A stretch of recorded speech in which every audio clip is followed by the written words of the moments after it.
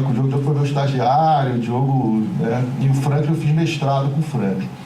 Então, a gente nessa conversa, ele dizia, vou te mandar um quadro comparativo. Aí eu já gelei, né? Aí que vem o quadro comparativo com 6 cores, né? Aí tem o verde âmbar, o verde, né? Tem várias tonalidades de verde, de quadro. Ele mandou, eu não consegui diagramar, eu ia trazer o slide para vocês, mas eu não consegui. Consegui imprimir uma folha que já foi utilizando todo o conhecimento do meu estagiário lá do órgão. Mas isso vem se consolidando e nós já resolvemos fazer um livro sobre isso, né? Vamos escrever um livro sobre essa natureza das funções da Defensoria Pública. Então, eu vou fazer um rápido... Nós temos 40 minutos, vou fazer um rápido apanhado aqui. Primeiro, a função clássica da representação postulatória, né, que é conferir capacidade postulatória ao sujeito em situação de vulnerabilidade. Depois, a natureza jurídica de representação da assistência do incapaz, que é conferir legitimácio ad processum, né, ao incapaz, né, na hipótese da Corredoria Especial, lá do artigo 72. Então, primeiro está a representação postulatória, depois a questão da legitimidade ad processo, a representação ao incapaz, perdão, ao incapaz. Depois, em parte legítima extraordinária, aí tem um outro quadrinho de parte legítima extraordinária, que é a atuação em nome próprio na defesa de interesse alheio. E aí a gente tem a defesa, dentro da legitimação extraordinária, de direitos individuais e de direitos transindividuais coletivos lato sensu, né? Em interesses individuais, essa legitimação extraordinária, eu vou dar um exemplo para vocês, que é a Curadoria Especial do réu revel citado por edital, né? A substituição processual da Curadoria Especial. Então, a Defensoria Pública atua em legitimação extraordinária, né, atuando em nome próprio na defesa de interesse alheio, em interesse individual, na Curadoria Especial do réu revel citado por edital, ou legitimação extraordinária, Defensoria Pública, interesses coletivos, interesses transindividuais homogêneos, ação civil pública, mandado de segurança coletivo. Isso é um outro quadrinho lá do Chatão Friburguês.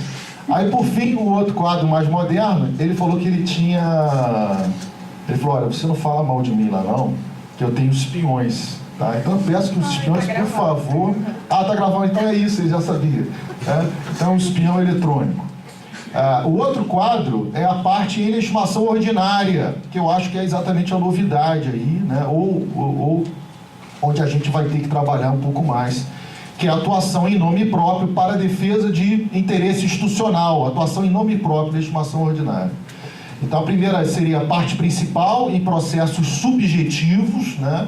A Defensoria Pública como parte principal em processos subjetivos, na tutela de prerrogativas da Defensoria Pública, né? Quando as ações judiciais de interesse institucional, quando a gente pede arresto para pagamento, né, de salário ou de aposentado, ou quando a gente entra com mandado de segurança para conseguir abrir o concurso, né? Então você teria uma parte aqui que é a atuação como parte principal em processos subjetivos. Depois, como parte principal em processos objetivos, aí a sugestão é minha, que é o IRDR, a assunção de competência, a representação de constitucionalidade, processo de edição de súmula vinculante, né? E aí depois, como parte interveniente, né, onde a gente vai ter assistência, a hipótese do amicus curiae e a hipótese, então, do custos vulneráveis, ou seja, em nome próprio, legitimação extraordinária,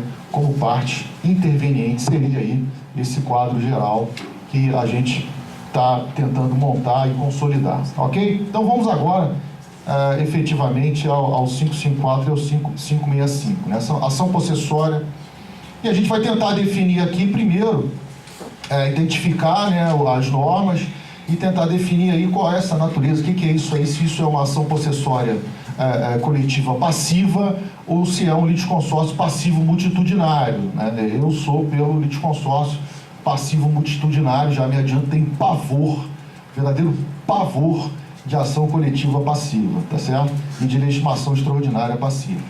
Eu sei que tem doutrina que afirma peremptoriamente que se trata de uma hipótese de 554, parágrafo único de ação coletiva passiva. Então, O que o legislador faz no 554, primeiro é uma norma, eu acho que ele estava encabulado, né? Efetivamente ela não estava no projeto do Senado, foi incluída lá no substitutivo da Câmara, né? E ele, aquela história do processo legislativo, ele encaixou a ação possessória coletiva passiva num parágrafo do 554, que o 554 caput não trata disso, né? O 554 caput trata de fungibilidade da possessória, não é isso? E meteu lá outra parte no 565 lá na frente, que trata da manutenção de posse. Então, assim, primeiro, não é uma técnica legislativa das melhores, mas é essa que está aí. O objetivo, evidentemente, é regular os conflitos possessórios, onde o polo passivo está sendo ocupado por um grande número de possuidores ou uma coletividade de possuidores. Esse é o fato jurídico, não é isso? Esse é o fato processual. Conflito possessório, onde o polo passivo está sendo ocupado por um grande número de possuidores, né? Então, na verdade, o que ele quer, o que ele tentou fazer é judicializar, né, os graves conflitos sociais sobre a terra, né, que dizem respeito à reforma agrária, ao direito de moradia, não é isso? Como a gente vê nos exemplos aí históricos, né, principalmente no Pinheirinho, aqui em São Paulo, lá no Rio de Janeiro teve o prédio da Oi, a favela da CCPL, né, aquele leito CCPL, né, o edifício Hilton lá do Eike Batista, enfim, onde todo mundo recebeu muito gás de pimenta, não é isso? Então, a norma parece que ela tem dois objetivos primordiais. O primeiro objetivo, eu acho que é o grande objetivo da norma, é viabilizar a prestação jurisdicional requerida pelo autor, né? Eu acho que o primeiro objetivo é a conformação do polo passivo da ação possessória multitudinária, né? Porque isso permite que um defensor, de repente, lá no meio, venha por um cara que não participou ou, né, não foi citado, e aí cria um embaraço no processo que já caminha, né? E principalmente dar efetividade às execuções de possessórias multitudinárias. Me parece que o objetivo é esse, né? Tanto é que o parágrafo primeiro prevê tanto a citação por edital quanto a citação pessoal, quanto a citação por edital dos réus conhecidos. Não vamos entrar naquela discussão de curadoria especial de citação por réu desconhecido e tal, como era aquela discussão, aquela hipótese lá do uso capião que não se sustenta, né? E realmente, concordo com o professor Júlio, que houve uma valorização efetiva aqui da publicidade, né, com relação ao parágrafo 3º, não é isso?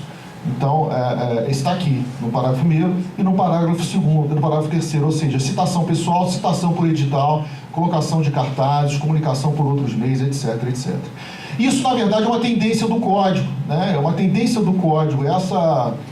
Esse respeito ao contraditório participativo, ele está aqui, mas a gente vai observar em algumas outras normas, né? No 319, por exemplo, da petição inicial, né, ele permite diligências, que a parte autora peça diligências, né, para que o juiz consiga algumas informações lá do inciso 2 do artigo 319, o endereço do autor, o CPF, etc. Então, quer dizer, o legislador, ele traz essas técnicas, né, de facilitar o acesso à justiça pelo autor quando ele carece de elementos cognitivos acerca do réu, né, acerca da qualificação do réu, né? E a outra hipótese também que o Código traz é a nomeação à autoria genérica, né, do 339. A gente tinha no Código anterior uma nomeação à autoria específica, né, do detentor para o possuidor, e agora o 339 permite uma nomeação à autoria, ou seja, uma alteração de legitimação passiva, né, logo no início do processo. Então a gente observa que você tem técnicas, tem normas como o 554, como o 319 e como o 339, que apontam exatamente para esse auxílio, essa atividade de auxílio, né, de assistência pelo juiz, lá do artigo 4º, para facilitar o acesso à justiça. Então me parece que o 554, parágrafo 1º, se localiza exatamente nesse tipo de norma. Por outro lado, pretende proteger os réus, né? Porque transfere a intimação dos demandados da execução da ordem de reintegração, como a gente via, né? Propunhação contra um cara lá, o espólio de não sei quem, depois executava e tirava todo mundo lá, né? A polícia, né? A pancada, né? A paulada, sem que essas pessoas tivessem a oportunidade de participar do processo. Então isso muda, né? E na verdade a conformação da relação jurídica processual ela é transferida por essa atividade jurisdicional, né, do oficial de justiça, né? Como falou o professor Júlio, o oficial já não vai lá mais para citar e tal, e não, área de risco dá meia volta e vai embora. Não, ele vai identificar, quer dizer, há um incidente de identificação das pessoas que se encontram no local, ou que são possuidores, mas naquele instante não se encontram no local. Quer dizer, você vai lá, Dona Maria, do barraco 355, da quadra L, e fala, Dona Maria, olha, quem mora aqui do lado? O seu João não está, vai com o seu João. Então, o seu João, lá, né, no 46, da quadra L, mora o seu João, é o que provavelmente vai ser aquele citado por edital e que vai receber a atuação, a intervenção da Defensoria Pública. Então, mitiga o ônus do autor de indicar de forma detida o sujeito passivo e institui o incidente, que através de diligências do oficial de justiça faz simultaneamente a indicação dos réus e a formação progressiva da relação jurídica processual, né? É claro que se o autor tiver conhecimento de quem está lá no polo passivo, ele faz a indicação. Então, para analisar as formas de intervenção da Defensoria Pública, é necessário identificar qual a natureza dessa pluralidade subjetiva. Vamos ao problema, né? A questão da pluralidade subjetiva.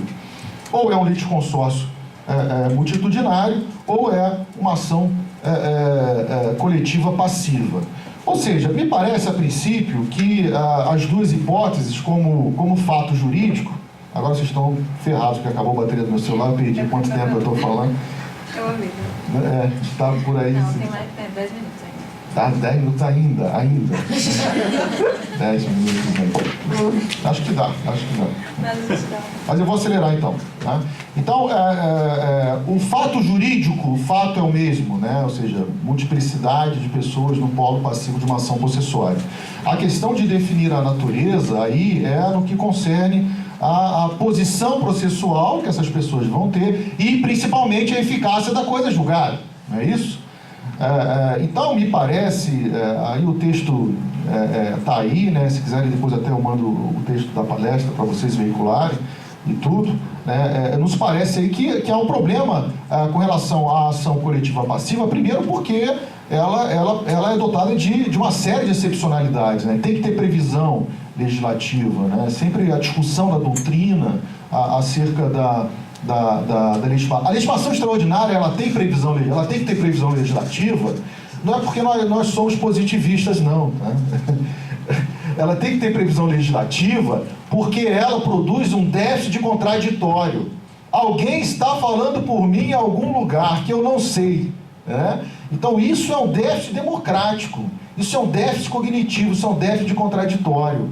Então isso beira uma situação de autoritarismo. Então, como diz o professor Leonardo Greco acerca do curador especial do réu revel citado por edital, essa sentença ela é segundo evento litis. Essa coisa julgada é segundo evento litis. Se o legitimado ordinário aparecer algum dia, essa sentença não pode atingi-lo. Então, a legitimação extraordinária ela exige previsão legal para evitar o autoritarismo, né? Nós sabemos que, às vezes, a forma, como dizia o Hering, ela vem tutelar exatamente as garantias fundamentais, não é isso? Então, se a legitimação extraordinária já é excepcional, a legitimação extraordinária passiva, então, é muito mais ainda, produz um déficit de participação muito maior ainda, e é isso que a gente tem que evitar no 554, parágrafo 1º. Me parece que esse é o golpe legislativo. Porque você vai... Não, põe a defensoria... Já estou me adiantando.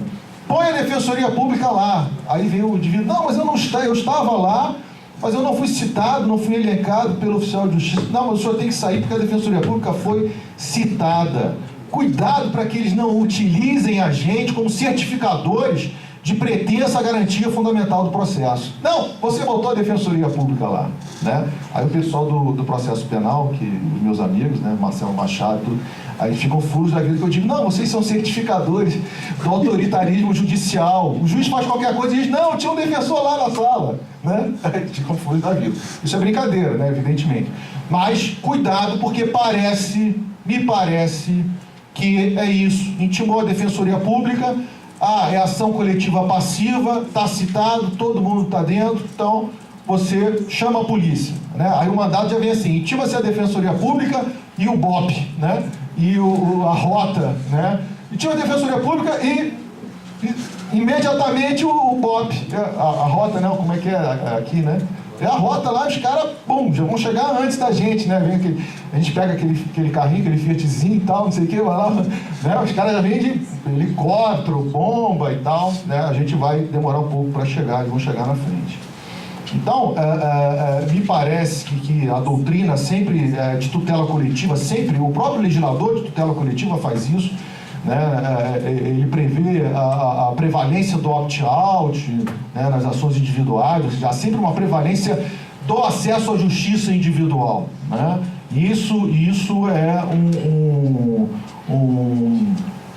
vamos dizer assim, um deslize que a gente não pode cair, quer dizer, se tentar se aproximar do direito coletivo e se afastar da vontade do indivíduo, porque se a gente começa a afirmar direito coletivo e colocar de lado o direito individual, aquele cara que quer fazer o acordo e ir embora hoje, né, receber lá o dinheiro dele e tal, e ir embora, né, a gente começa a ser autoritário, e a gente viu aonde essa história vai com o afastamento do Ministério Público das camadas sociais, né? E por isso que eu digo, por isso que a gente por isso que eu falo com o Franklin que me parece temerária a legitimação extraordinária, dizer que é legitimação extraordinária essa atuação da Defensoria Pública, né? O Diogo já mudou de ideia, né? Ele já acha que é uma legitimação ordinária com intervenção no processo, tá? Porque você não consegue dizer que é legitimação extraordinária, mas e não é ação coletiva passiva. Aí o Frank, não, é uma legitimação extraordinária, mas não tem o efeito da coisa julgada. Aí, é complicado. Você desmontar esse golpe, então, assim, sai da legitimação extraordinária. Vamos sair fora da legitimação extraordinária. Até porque o direito é meio coletivo mesmo, né? O doutor Rafael fez essa provocação. Será que a ação individual, não acabou essa ação individual contra uma possessória multitudinária, né? Como é que você vai deferir uma liminar contra o cara lá, tem um indivíduo? Bem, eu vejo da seguinte forma, eu acho que há um direito individual, não tem a menor dúvida, né? Do possuidor lá, do cara, né? Que se diz possuidor, né? Do autor. É um direito subjetivo individual, ele tem essa pretensão, né? Agora, por conta de uma política pública que não foi executada, aquele imóvel dele, e às vezes são pobres também, né? Eu tive um caso que é isso, o cara tinha lá, o pai deixou como herança, aí voltou lá, era uma roça, a roça virou uma comunidade, né? E aí o cara quer reintegração na posse, né? Enfim, como é que é isso, né? Então, às vezes, quer dizer, esse direito possessório, ele é legítimo também, né? Agora, como a gente diz lá no texto, ele traz embutido na axio duplex possessória o direito coletivo, né? Do direito à moradia, do direito ao trabalho, quer dizer, assim que... porque qual é a discussão da possessória, né? A discussão da possessória é a melhor posse. Quem tem a melhor posse, né? E aí você vai avaliar a melhor posse como? A partir da função social também da propriedade da posse, né? Então, quando ele propõe a ação multitudinária, a ação possessória individual, vamos dizer assim, né, ele traz imediatamente o direito coletivo, o direito à moradia, né, que é o direito do réu, na bilateralidade do direito de ação e principalmente na ação dúplice, na axio dúplice possessória, né? Eu acho que é bom porque ele judicializa de certa forma, né? Então, eu acho interessante, eu acho que não acaba. Então, essa interpretação do bem jurídico tutelado, ele acaba trazendo o direito transindividual na axioduplex, né? Então vamos pulando aqui a doutrina coletivista, né? Então, a gente observa, só para completar essa questão da ação coletiva passiva, sempre quando o legislador, ou mesmo nos códigos modelo, né, o código modelo de tutela coletiva, sempre quando o legislador fala em ação coletiva passiva, ele fala exatamente no efeito da coisa julgada, e pondera o efeito da coisa julgada, segundo evento lit, né, segundo evento probações. Então ele sempre traz, então aquele código modelo, né, feito pela UERJ, pela Estácio de Sá, que foi levado pelo IBDP no projeto Nacional de Código Modelo, tinha essa regulamentação, que na verdade é uma reprodução da norma do Código de Tutela Coletiva Ibero-Americano, que também faz essa regulamentação. Ou seja, não se pode separar a regulamentação de uma ação coletiva passiva de uma regulamentação dos efeitos da coisa julgada daquela ação coletiva passiva, né? E isso não está no parágrafo 1º do artigo 554, né? Então, muito bem, eu sou um daqueles que conjugam, para terminar, me caminho para o fim, isso é sempre mentira, né, quando o palestrante diz isso, né? Ele nunca vai acabar agora, né? Mas eu sou um daqueles que faz uma análise conjunta do 554 e do 565, né? Me parece que não há a possibilidade de você fazer o tratamento desses elementos de forma diferenciada. Porque, você vai dizer, não, o 565 é para posse velha, né? Não, o 565 é para ação de posse velha, né? E o outro, não. Assim, veja bem, a regulamentação que está no 565, ela independe da posse nova e da posse velha. Quer dizer, tem mediação por quê? Tem mediação porque é um conflito coletivo, porque há um alto grau de violência. Tem intervenção da Defensoria Pública, por quê? Porque tem a necessidade da tutela dos direitos humanos fundamentais, né? Tem a atuação do Ministério Público, por quê? Não sei, realmente, não sei por quê, né? Essa eu não sei responder, tá? Tem a atuação do Estado, tem a atuação do município, por quê? Porque a política pública de moradia, ou de trabalho, ou de assentamento não foi... Ou seja, a razão, né, daquelas técnicas utilizadas no 565 não é a questão da posse nova ou da posse velha. A razão está fulcrada em você instrumentalizar um processo, né, que vai tratar de um fato complexo, de um fato jurídico complexo. Então são técnicas que dizem respeito ao fato, a esse fato complexo que é a possessória, e não ser posse nova ou posse velha. Então a gente refaz a conjugação do 5.4 com 5.5, eu sou péssimo em número, né, por isso eu fiz direito, não é isso?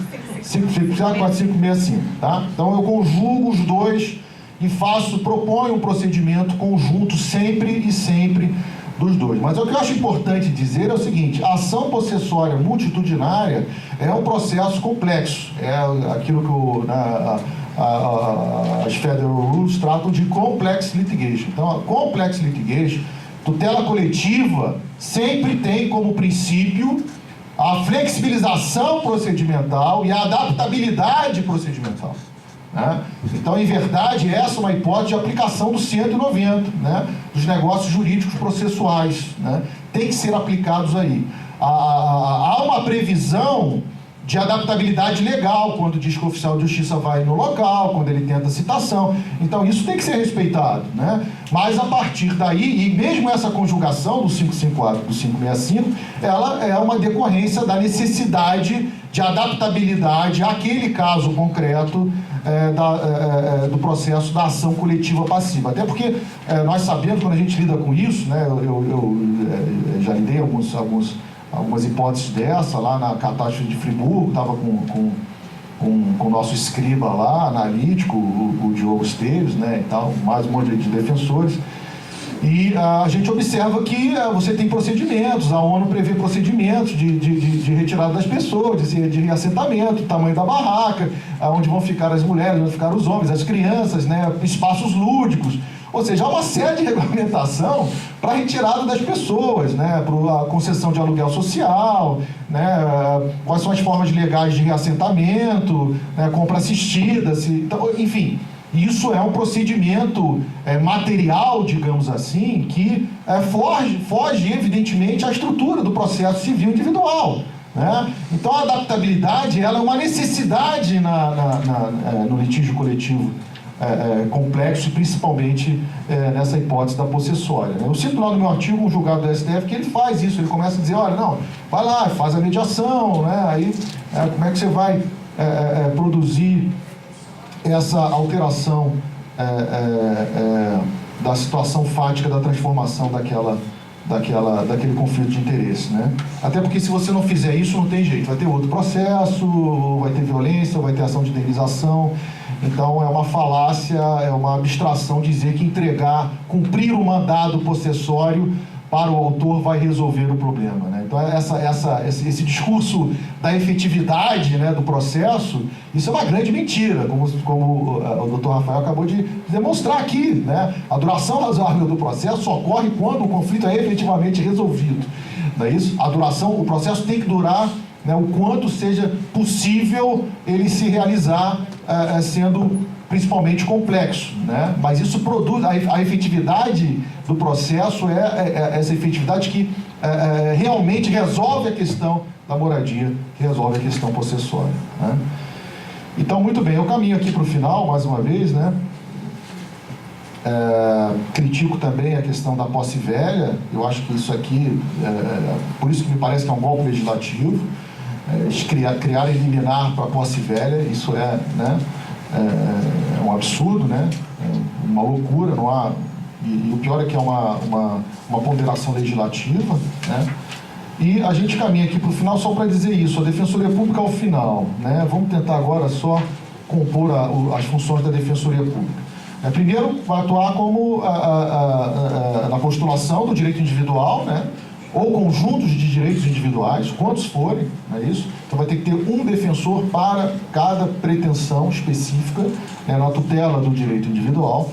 Vai ter o curador especial, né, atuando aí para o réu citado por edital, né, e vai ter efetivamente a atuação da Defensoria Pública como interveniente promotora, o nome não é bom, promotora, não é isso? Né, de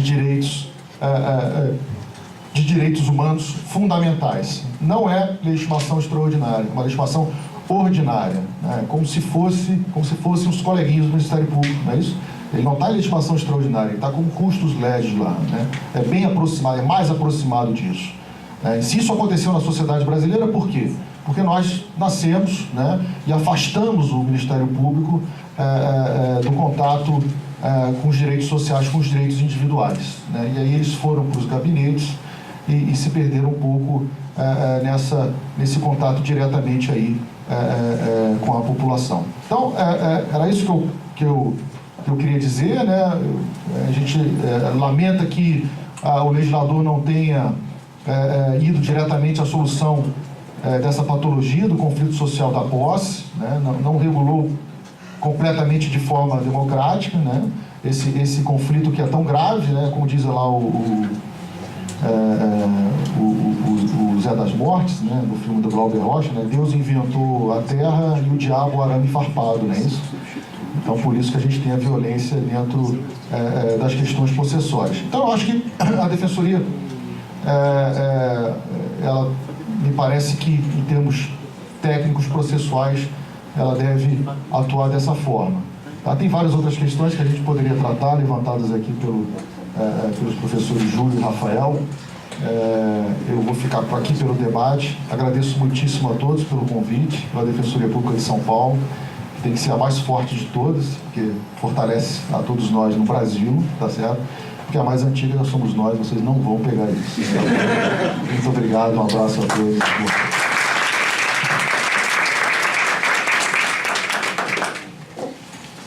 Muito obrigada, doutora. E foi só 5 minutinhos a mais, foi, olha, pontual. Bem, gente, eu vou passar a fala para vamos chamar de doutora, né?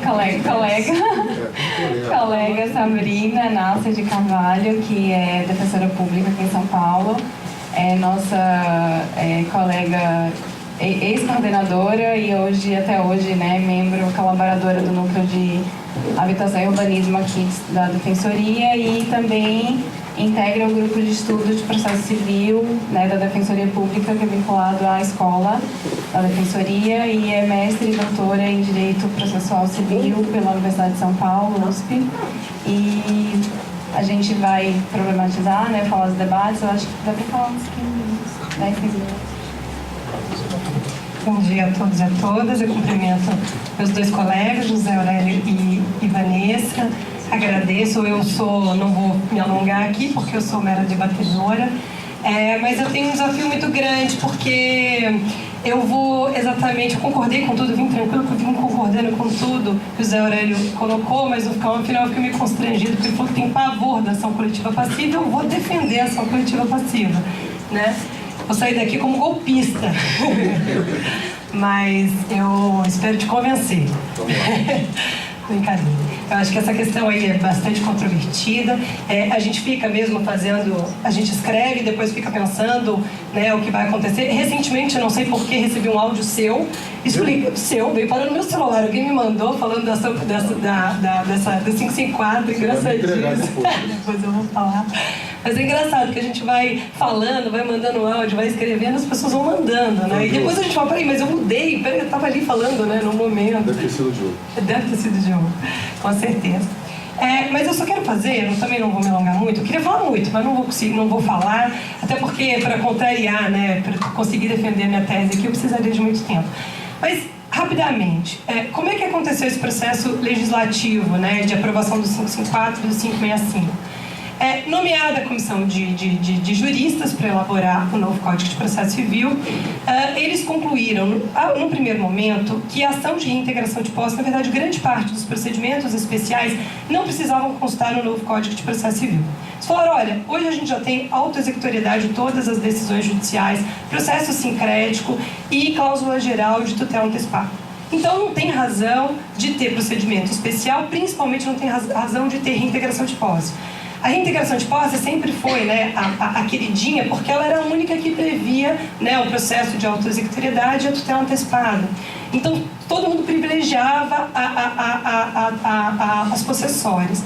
A partir do momento que houve já no outro código, né, com alteração, salvo engano, em 94, houve a inclusão da cláusula geral da tutela antecipada, ficou sem razão, né? Então, aí os juristas falaram, não, vamos tirar a reintegração de posse. Mas mesmo assim, eles começaram a fazer as audiências públicas. Numa audiência pública, eu analisei as atas de audiência. Numa audiência pública, agora eu não sei se é um advogado ou um juiz, ele levanta a mão e fala, tem que voltar com as reintegrações de posse, porque está acontecendo muita invasão coletiva aí. Pode voltar com isso aí, né? E aí, não sei por quê, não sei se foi em razão dessa fala, foi a única fala que eu vi até meio ruim, porque a Defensoria falou nas audiências públicas, falaram de outras coisas corporativas e não falaram dessa questão, né? Foi uma questão, e eu não sei se é em razão dessa fala ou não, o fato é que depois a conclusão dos trabalhos da comissão de juristas era de que a reintegração de posse passou de novo a ser incluída, né? E passou a ser incluída exatamente igual era no código anterior, exatamente igual, né? Inclusive com o prazo ano de possibilidade de liminar. Então, exatamente do que era. Então, a gente tinha, naquela época, em 2004, 2014, a discussão foi tão grande, 2010 a 2013, 14, né? A questão dos conflitos fundiários lá em cima, discussão no executivo, a discussão no legislativo, e de repente assim, eles simplesmente entregam a comissão de juristas, e eu acho que sem uma representatividade dos movimentos, que os movimentos não conseguiram penetrar esses estudos, né? Eu acho que a elite do processo civil entrega uma proposta com a reintegração de posse exatamente nos termos da anterior, né? Vai para o Congresso e a discussão ali continua a mesma, né? De fato, quando chega na Câmara dos Deputados, aí sim, eles vão ter que ouvir os movimentos. Aí os movimentos vão lá, fazem uma pressão, todo mundo com a camiseta, hashtag 554 me representa, e faz uma pressão com a bancada da Câmara dos Deputados, a bancada dos movimentos sociais faz uma pressão e tenta negociar, obviamente, com a outra bancada ruralista, né, que vai defender os grandes proprietários. E aí fica naquela negociação. Foi só aí que os movimentos foram ouvidos, foi só aí que a questão da reintegração de posse, a questão dos conflitos fundiários, isso já tinha passado Pinheirinho e tantas outras questões. Foi só aí que, nossa, realmente a gente precisa qualificar um pouco mais, né? Na verdade, não foi nem a intenção de qualificar, foi a fórceps mesmo, né? Foi uma negociação. E por isso que quando a gente lê o 554 e seguintes, a gente vê que não tem nada com nada, né? Porque foi realmente um acordo, né? Então, o caput do 554 não tem nada a ver com o parágrafo 1º, que não tem nada a ver com o 565 e não se dialogam, porque foi uma negociação ali entre duas bancadas que estava cada dia, para aprovar aquilo ali, estava cada dia forçando, né? Então, por exemplo, os movimentos sociais, eles queriam que o oficial de justiça fosse 3 vezes no local. No final, depois de uma negociação, eles acabaram cedendo e ficou uma vez só, né? Não teve o requisito da função social da propriedade, isso já tinha sido arquivado, tinha havido vários projetos de lei para incluir a função social da propriedade como requisito da liminar, né? Mas isso não foi falta de coragem do legislador, não. Foi lobby dos proprietários, que obviamente não querem aquilo na reintegração de posse, né? E isso os movimentos sociais não conseguiram. As ações de posse nova não tem liminar ali, não foi porque eles esqueceram, porque foi uma falta de racionalidade dos dispositivos, não, foi porque foi lobby dos ruralistas ali falando que não ia ter a função social da propriedade. Então, o nosso processo legislativo, ele é absolutamente politizado, né? Essa questão, nosso processo civil, quando a gente vem academicamente fazer uma leitura dele, ela é fruto do que, na verdade, sobrepõe de poder no nosso país e do que hoje a maioria acha sobre o direito de propriedade e sobre os conflitos fundiários, né?